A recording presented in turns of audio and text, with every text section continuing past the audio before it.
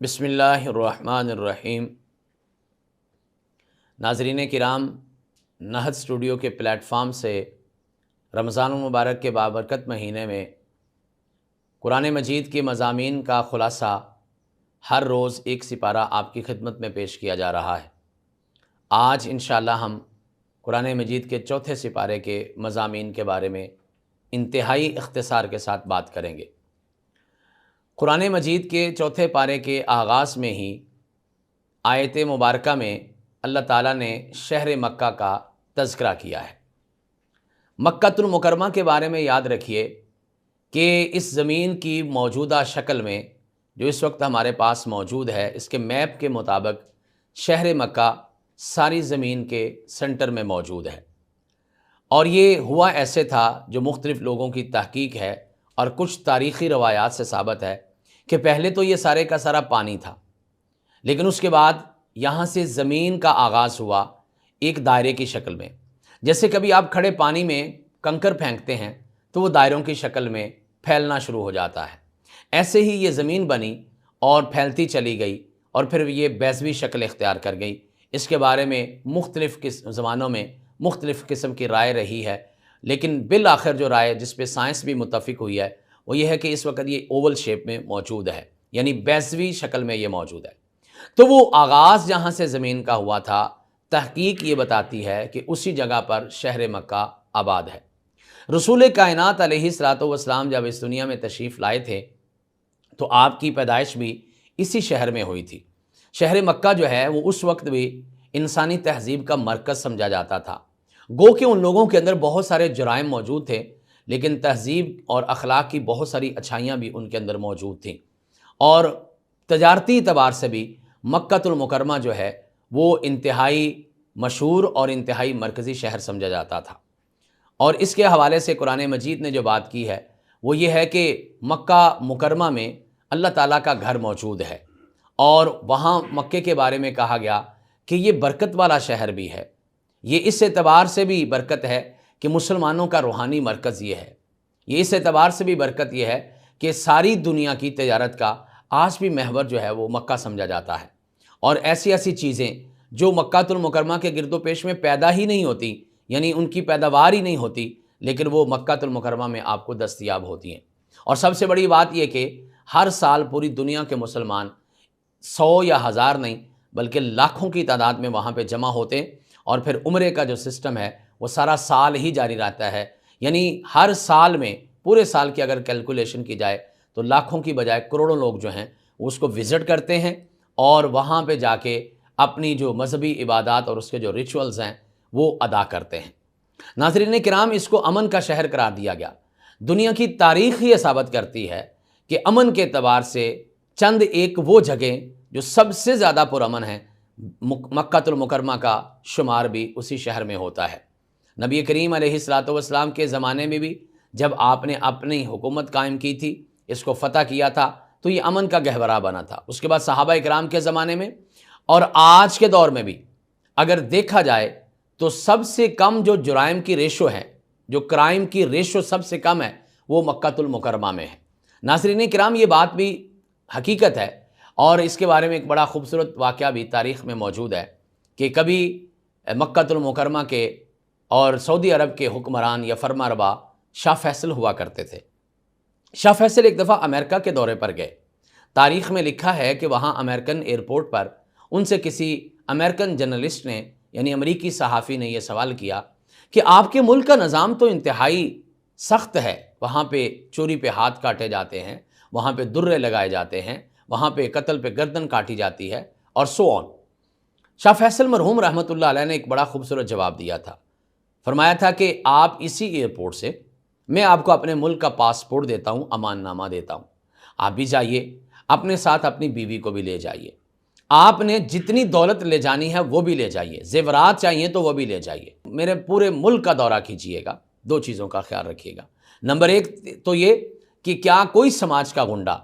کیا کوئی معاشرے کا ظالم انسان جو ہے وہ آپ کی عزت کی طرف یا آپ کی دولت کی طرف ٹیڑھی آنکھ سے دیکھتا ہے؟ اور دوسرا یہ مشاہدہ کیجیے گا کہ کیا آپ کو میرے پورے ملک میں کوئی ہاتھ کٹا ہوا انسان نظر آتا ہے؟ سسٹم ایسا اسلام کا لانچ کیا گیا ہے جس کی برکت سے اللہ تعالیٰ نے لوگوں کے دلوں کو بدل دیا ہے، اور وہاں پہ یہ نظام نہیں ہے، جبکہ اسی ایئرپورٹ سے جہاں پہ آپ کا میرا ہوٹل میں سٹے ہے وہاں پر 5 کلومیٹر کا سفر ہوگا، 5 سے 7 منٹ کا فاصلہ ہوگا، وہی اپنی بیوی کے ساتھ آپ وہاں تک اگر خیر و خوبی سے پہنچ گئے، آپ کی دولت اور آپ کی عزت محفوظ رہ گئی، تو میں آپ کو لکھ کے دوں گا کہ آپ کے ملک کا نظام زیادہ بہتر ہے اور میرے ملک کا نظام ٹھیک نہیں ہے۔ لیکن ناظرین کرام، حقیقت یہ ہے کہ آج بھی وہ امن کا منبع ہے اور امن کا مرکز ہے۔ اسی مناسبت سے اس سپارے میں حج بیت اللہ کا تذکرہ بھی موجود ہے۔ بیت اللہ کا حج جو ہے یہ اسلام کے بنیادی ارکان میں سے ایک رکن ہے۔ ہر مسلمان صاحب مال، صاحب ثروت، صاحب دولت پر یہ فرض ہے کہ جو فزیکلی بھی فٹ ہے، اس کے ایکسپینڈیچرز جو ہیں، اس کے اخراجات جو ہیں اس کو بھی میٹ اپ کر سکتا ہے، اور پھر راستے بھی آسان ہیں۔ جیسا بعض اوقات پابندیاں ہو جاتی ہیں، ابھی یہ کرونا کی وجہ سے کچھ مسائل بھی بنے، تو ہمیں یہ بات سمجھ آتی ہے اگر یہ تینوں رکاوٹیں موجود نہیں ہیں، یعنی کوئی جسمانی رکاوٹ بھی نہیں، کوئی سفری رکاوٹ بھی نہیں، کوئی مالی رکاوٹ بھی نہیں، تو پھر زندگی میں کم از کم ایک بار جو ہے وہ بیت اللہ کا حج ہر مسلمان پر فرض ہے، اور اس کے ساتھ کنڈیشن یہ ہے کہ من استطاع الیہ سبیلا، جو اس کی طاقت رکھتا ہے، اور اس کی طاقت کی تھوڑی ڈیٹیل میں نے آپ کے سامنے عرض کر دی۔ بیت اللہ کے حج کی رسول اللہ صلی اللہ علیہ وسلم نے اتنی زیادہ فضیلت بیان کی ہے، فرمایا کہ جب بندہ بیت اللہ کا حج کر کے پلٹتا ہے تو ایسے ہی ہوتا ہے کہ یوم ولدتہ امہ، کہ جیسے اس کی ماں نے آج اس کو جنم دیا ہے، اس دن جیسے اس کا کوئی گناہ نہیں تھا، آج بھی وہ گناہوں سے ایسے ہی پاک پاکیزہ ہو کے لوٹتا ہے۔ حج بیت اللہ کے دیگر روحانی فوائد بھی ہیں، جسمانی فوائد بھی ہیں، اقتصادی فوائد بھی ہیں۔ وہ پورے کے پوری دنیا کا وہاں پہ جمع ہونا یہ مسلمانوں کی عظمت کا ایک بڑا خوبصورت اظہار بھی ہے۔ لیکن ناظرین کرام، حج بیت اللہ جو ہے یہ ایک بڑی روحانی طاقت والا عمل ہے۔ ہم نے بہت سارے لوگوں کو دیکھا جو اپنی عام زندگی میں یا روٹین کی لائف میں بگڑے ہوئے لوگ تھے، اور وہ لوگ تھے کہ جو بالکل اللہ کے راستوں سے ہٹے کٹے تھے، اور انسانوں کے ساتھ بھی ان کا رویہ اچھا نہیں تھا، لیکن اس کے بعد بیت اللہ کا حج کرنے کے بعد اس کی برکت سے اللہ تعالیٰ نے ان کی زندگیوں کو بدلا، اور میرا خیال ہے کہ آپ کے مشاہدے میں بھی بہت سارے ایسے لوگ ہوں گے کہ جو آپ کے سامنے بیت اللہ کے حج کے بعد بدل گئے۔ اللہ کے گھر کی زیارت کا یہ پاکیزہ عمل جو ہے یہ ہر مسلمان پر ایک دفعہ فرض بھی ہے، اور یقینی طور پر ہر مسلمان کی خواہش بھی ہے۔ اللہ تعالیٰ سے دعا ہے کہ اللہ تعالیٰ آپ کو بھی اور مجھے بھی کم از کم ایک مرتبہ ضرور اپنے گھر کی زیارت نصیب فرمائے، اور اس کے بعد پھر اللہ کی توفیق سے بار بار یہ عمل کرنے کی اگر استطاعت اور ہمت ہو تو ہمیں توفیق عطا فرمائے، اور ہم اپنے باقی فرائض سے اگر عہدہ برا ہو چکے ہیں تو یہ ضروری عمل جو ہے یہ بھی ہمیں کرنا چاہیے۔ ناظرین کرام، چوتھے پارے میں ایک تیسرا جو ٹاپک جس کو ہم آج جس کی نشاندہی کرنا چاہیں گے وہ ہے امت محمدیہ صلی اللہ علیہ وسلم کی عظمت۔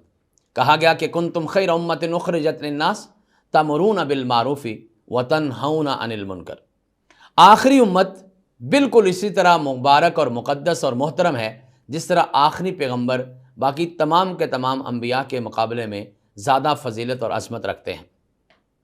آخری نبی کی امت کے بارے میں کچھ روایات میں یہ بات موجود ہے، بالخصوص تفسیری روایات میں، کہ انبیاء کرام یہ خواہش کرتے رہے کہ وہ اس امت کا حصہ ہو جائیں۔ اسی طرح سے آپ دیکھتے ہیں کہ رسول اللہ صلی اللہ علیہ وسلم کا یہ فرمان موجود ہے کہ ہم سب سے آخر میں جانے والے ہیں، لیکن سب سے پہلے اللہ کی جنتوں میں، سب سے پہلے آخر میں دنیا میں آئے اور اللہ کی جنتوں میں سب سے پہلے جائیں گے انشاءاللہ۔ اس امت کی جو عظمت بیان کی گئی ہے وہ اس کو امت وسط قرار دیا گیا ہے، درمیانی امت۔ درمیانی امت سے مراد یہ ہے کہ یہ باقی امتوں اور قیامت کے درمیان والی امت ہے۔ درمیانی امت سے مراد یہ ہے کہ ان کا جو سسٹم آف لائف ہے یہ بڑا بیلنسڈ ہے۔ درمیانی امت سے مراد یہ ہے کہ یہ لوگ اپنی عام زندگی میں بھی میانہ روی کو ترجیح دیں گے، اور یہی رسول اللہ صلی اللہ علیہ وسلم کا پیارا فرمان ہے کہ خیر الامور اوسطھا، معاملات میں سب سے بہترین معاملہ وہ ہوتا ہے جس میں آپ درمیانہ راستہ اختیار کرتے ہیں، نہ زیادہ بھاگم دوڑ ہے، نہ اتنا سست ہے کہ آپ پیچھے رہ جائیں، بلکہ میانہ روی کے ساتھ آپ زندگی کے کسی معاملے میں بھی چلیے، تعلیم کا معاملہ ہو، کاروبار کا معاملہ ہو، صحت کا معاملہ ہو، آپ کی ورکنگ کا معاملہ ہو، جو بھی معاملہ ہے، ایون دین کا معاملہ ہو، تو آپ اگر میانہ روی کے ساتھ چلتے رہیں گے تو یقیناً آپ صحت مند بھی رہیں گے، اور آپ انشاءاللہ العزیز اس کے زیادہ فوائد اور ثمرات بھی سمیٹ سکیں گے۔ اس امت محمدیہ صلی اللہ علیہ وسلم کی عظمت یہاں پہ جو بیان کی گئی ہے، اس حوالے سے ایک بڑی اہم بات کی گئی ہے کہ اس عظمت کی وجہ کیا ہے۔ تامرون بالمعروف وتنہون عن المنکر۔ ویسے تو یہ سارے کے سارے انسانوں کی ڈیوٹی ہے، اسلام سے پہلے بھی جو امتیں گزر گئی ان کی بھی ڈیوٹی یہ تھی، لیکن بالخصوص اس امت کے بارے میں یہ بات اس لیے کی گئی کہ اب ان کے بعد آخری نبی صلی اللہ علیہ وسلم بھی دنیا سے جا چکے ہیں، اور کوئی نبی نہیں آئے گا، اللہ کا پیغام لے کے کوئی پیغمبر نہیں آئے گا۔ تو اب یہ امت کا کام ہے کہ یہ سارے کا سارا اللہ کے دین کا جو سلسلہ اور تبلیغ ہے اس کو آگے بڑھاتے چلے جائیں۔ یہ چونکہ نبیوں کا کام کرنے والی امت ہے، اس لیے اس امت کو امت خیر کہا گیا اور بہترین امت کہا گیا۔ لیکن یہ بات ہمارے ذہن میں ضرور موجود رہنی چاہیے کہ اس کی جو ریزن ہے، اگر ہم نے وہ چھوڑ دی تو پھر ہم اس مقام اور اس درجے سے گر جائیں گے۔ اگر ہم امر بالمعروف اور نہی عن المنکر کے مقدس فریضے کو چھوڑ دیں گے تو پھر یقیناً ہم اس ڈیزگنیشن سے اور اس عظمت سے محروم کر دیے جائیں گے۔ ناظرین کرام، ہر انسانی معاشرے کی یہ ضرورت ہوتی ہے کہ وہاں پہ خیر کی بات کو پروموٹ کیا جائے اور شر یا نقصان کی بات کو پیچھے کیا جائے، اور یہ رسول اللہ صلی اللہ علیہ وسلم نے تو یہاں تک خبردار کر دیا تھا کہ اگر آپ یہ سلسلہ چھوڑ دیں گے، یعنی امر بالمعروف اور نہی عن المنکر کا فریضہ چھوڑ دیں گے، تو اللہ تعالیٰ آپ کے اوپر اپنی رحمتیں نازل کرنا بند کر دیں گے۔ اگر آپ یہ کام کرنا چھوڑ دیں گے تو اللہ تعالیٰ آپ کی دعائیں قبول کرنا چھوڑ دیں گے۔ اور یہ بھی بات یاد رکھیے گا، میں جاتے ہوئے یہ بات آپ کو ضرور بتانا چاہوں گا کہ یہ فرض ہر ایک کا ہے۔ یہ تبلیغ کا کام، یہ دین کا کام، یہ دعوت کا کام، یہ امر بالمعروف کا کام، یہ نہی عن المنکر کا کام، ہر فرد معاشرہ کا یہ ذمہ داری ہے۔ وہ مرد ہے یا عورت، وہ چھوٹا ہے یا بڑا، وہ پڑھا لکھا ہے یا ان پڑھ، اپنے اپنے درجوں میں اسے یہ کام ضرور کرنا چاہیے۔ رسول اللہ صلی اللہ علیہ وسلم نے اس کے بارے میں ایک بڑا خوبصورت اصول دیا تھا، اور وہ یہ تھا کہ من رآ منکم منکرا فلیغیرہ بیدہ۔ تم میں سے کوئی بندہ اگر کوئی برائی کو دیکھے تو اسے اپنے ہاتھ سے روکے، فإن لم یستطع فبلسانہ۔ اگر وہ اپنے ہاتھ سے روکنے کی طاقت نہیں رکھتا تو پھر زبان سے منع کرے، اور اگر وہ اس کو اپنے زبان سے روکنے کی بھی طاقت نہیں رکھتا تو پھر دل میں تو کم از کم برا جاننا چاہیے۔ اس لیے کہا گیا کہ ذالک اضعف الایمان، یہ ایمان کا کمزور ترین درجہ ہے۔ جس طرح کہ ہمارے معاشرے کے طبقات مختلف ہیں، کچھ ایسے طبقات ہیں جن کے پاس اتھارٹی موجود ہے، ان کا فرض ہے کہ وہ ہاتھ سے روکیں گے۔ کچھ ایسے لوگ ہیں جو اسکالرز ہیں، پڑھے لکھے ہیں، وہ اپنی زبان اور قلم سے روکیں گے۔ اور جو عامی آدمی ہے، جس کے پاس نہ کوئی اختیار ہے، نہ بات کرنے کا ڈھنگ ہے، نہ اس کے پاس کوئی علم ہے، نہ اس کے پاس کوئی بات کرنے کا طریقہ ہے، تو وہ اپنے دل سے برا سمجھے گا۔ تو یہ تینوں طبقات جو ہیں، یہ بہرحال برائی کے خلاف سرگرم عمل رہیں گے۔ اور ناظرین کرام، کبھی اس حدیث پاک کو یوں بھی سمجھا جا سکتا ہے کہ آپ نے اس کی امپلیمنٹیشن جب کرنی ہے، اس کو جب نافذ کرنا ہے معاشرے پر، تو اس کی وائس ورثہ، یعنی ترتیب کے اعتبار سے اس کی الٹ جو ہے وہ اس کی تنفیذ ہوگی۔ مثال کے طور پر ایک برائی میں دیکھتا ہوں تو سب سے پہلے میرے دل میں اس کے بارے میں نفرت پیدا ہونی چاہیے، اور دوسرے نمبر پر مجھے وہ برائی کرنے والے کو اپنی زبان سے روکنا چاہیے، منع کرنا چاہیے۔ اور اگر یہ معاملہ نہیں ہو سکتا تو مجھے اسے اتھارٹی کے ذریعے یا پورے پروسیس کے ذریعے اتھارٹیز کو ساتھ شامل کر کے مجھے اس برائی کو ختم کرنا ہے۔ لیکن ٹو ایوری پاسبل ایکسٹینٹ، ہر ممکن حد تک مجھے بہرحال اس برائی کو مٹانا ہے۔ برائیوں کے ساتھ معاشرے نہیں چلتے، معاشرے کی خیر اچھائیوں میں ہے۔ ہر ایک کو اپنا حصہ ڈالنا بھی ہے اور کسی دوسرے اچھائی کرنے والے کو پروموٹ بھی کرنا ہے۔ ہر کسی کو برائی سے بچنا بھی ہے اور کسی دوسری برائی کرنے والے کو روکنا بھی ہے۔ یہی انسانی معاشروں کے زندہ رہنے کی ایک خوبصورت مثال اور بہترین طریقہ ہے۔ اللہ تعالیٰ سے دعا ہے کہ اللہ تعالیٰ ہمیں اس پر عمل کرنے کی توفیق عطا فرمائے۔ ناظرین کرام، چوتھے پارے میں نصف میں ایک بڑی ہی مشہور اور بڑی خوبصورت آیت کریمہ موجود ہے، جس میں رسول اللہ صلی اللہ علیہ وسلم کی بعثت یعنی تشریف آوری اور آپ کی تشریف آوری کے مقاصد جو ہیں اس کو بیان کیا گیا ہے۔ لقد من اللہ علی المؤمنین اذ بعث فیہم رسولا منہم۔ نبی کریم علیہ الصلوۃ والسلام کی دنیا میں تشریف آوری کے یہاں پر بھی اور 3 مختلف اور جگہوں پر قرآن مجید نے 4 بڑے مقاصد بیان کیے ہیں۔ الفاظ کی تبدیلی کے ساتھ تھوڑا سا ترتیب تبدیل کی گئی ہے۔ پہلے سپارے کے آخر میں، دوسرے سپارے کے آغاز میں،